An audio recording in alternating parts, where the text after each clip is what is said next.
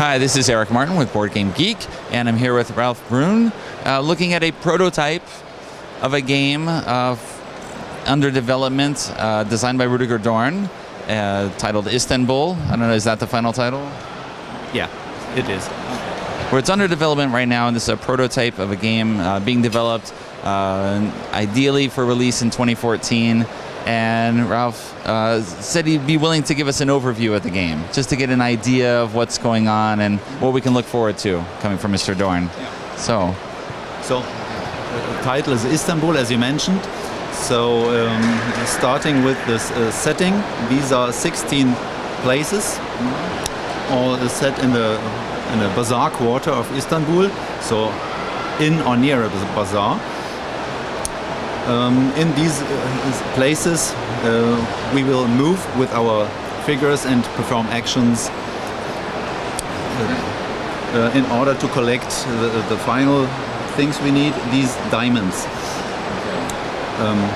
Our goal is to collect 5 diamonds, and the game ends in the round when the first player has achieved this goal. So the material every player has is this disc with a merchant on it, is a merchant sticker, and he has 4 assistants. Those are stacked together at the beginning of the game and placed at the place called Fountain. There every player will start.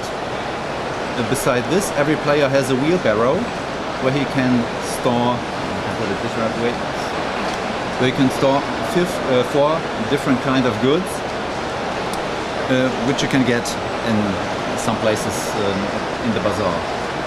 So you count the goods as these are 2 red goods. This is, I think, cloth. This is fruit, and so on. You see this piece. This is a limit to the wheelbarrow. The limit of the wheelbarrow can be increased during the game. At the beginning, it has just a limit of 2. So this is your material, and now we come to the most important point: how does a game work? How does a turn works? And this is the central mechanism in this game, which I like most. It sounds quite simple. You have to move your whole stack for 1 or 2 spaces, and in the place where you're landing, you can perform the action. So it's always the merchant who decides where the action takes place. But he cannot work on his own. He always needs an assistant to do the work. So to mark this assistant, there are 2 options. In the first case, 2 cases. In the first case, when there is no assistant of you in this place, you leave 1 beside your stack. This is the assistant that does the work for you. When it's your turn again, afterwards, you move this stack again, but leave this assistant behind. On the next place, same action, you need 1 assistant to perform the action. As you see, the assistants go less and less. How can you get them back? This is the second case. When you, in a later turn, came back to a place where you have already been, and an assistant is waiting for you. Then you put your stack on this disc, can perform the action, and in the next turn you can move him with him. So every assistant has to work twice on 1 place. And this is a kind of worker management system, which I find is really nice, because it's really annoying if you run out of assistants and have to run back without performing actions, because the merchant cannot act on his own. So this is the most important thing that happens. So the basic turn is move for 1 or 2 spaces, use the assistant, perform the action, and then the next player. It's the next player's turn. But of course there are some special things beside it. In your turn, it may happen that there are other figures from other players. For example, is a foreign merchant in this case, on this place. In this case, you have to pay 2 of these lira to every other merchant in this place. If you can't perform the action. And there are some other figures. These are family members. these are neutral figures. They all may be used or could be used if you meet them on this on these places. Now I could give you some examples of what can happen in these places. To see, it's just simple. I should have told at the beginning, it's just a medium to light game, which has a duration of maybe 45 to 60 minutes. So it's not a... So maybe on par with Il Vecchio, or... Yes, maybe a little easier. I find it easier, some others say different, so it's similar. Okay. So, and to show, of course you have to explain this is 16 places, but they are quite easy to understand. For example, here... Get goods, I guess. For example, yes.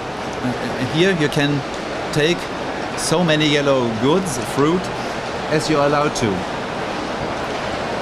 This is for those three colors.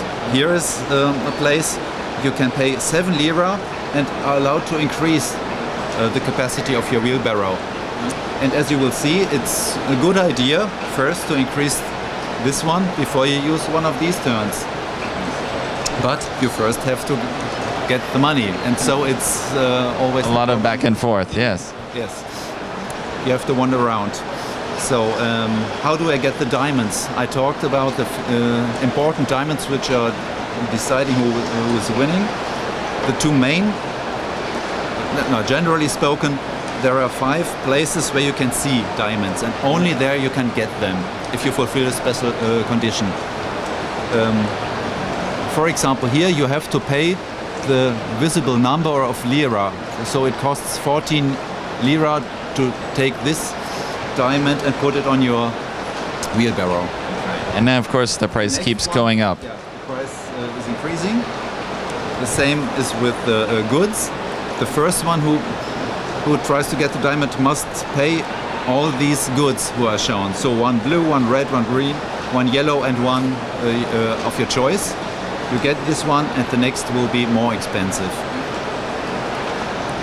Then, just as one more example, if you manage to fully expand your wheelbarrow, you get 1 diamond as a reward, and here are some more, 2 more options. And of course you can only do these one time. Yes. Anyway, they look like. Once, and you have some more things for as a help. These are bonus cards which you can get at some occasions on this game, which is get 5 lira, take 1 good of your choice,